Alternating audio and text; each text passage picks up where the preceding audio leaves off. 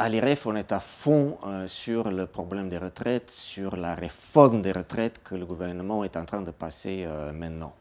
Il faut dire d'emblée qu'il s'agit pour nous, une nouvelle fois, d'une réforme paramétrique et non pas systémique, c'est-à-dire une réforme qui pourrait changer les choses. Sans un pilier capitalisation, sans la capitalisation, on ne va pas résoudre le problème des retraites en France. Mais il y a plus grave que ça.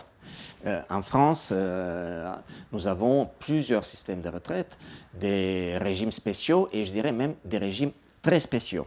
Je m'explique. Les régimes spéciaux, c'est le régime des fonctionnaires en général, ceux qui travaillent pour l'État. Alors, en gros, le gouvernement ne touche pas à ce régime. Les fonctionnaires seront obligés de travailler un peu plus longtemps, mais il ne réforme nullement ce régime des fonctionnaires. En fait, c'est un régime qui est payé par l'État, donc par les contribuables. Les fonctionnaires n'ont même pas de caisse et cela va continuer dans les années à venir.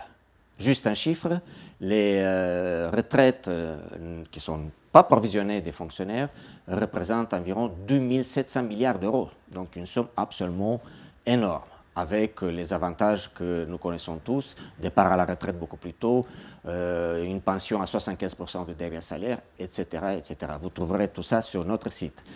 Et ensuite, deuxième point, aussi grave que le premier, les régimes très spéciaux, c'est-à-dire les régimes de retraite des agents des services publics, des entreprises publiques. Il y en a environ une quarantaine, plus d'une quarantaine en France.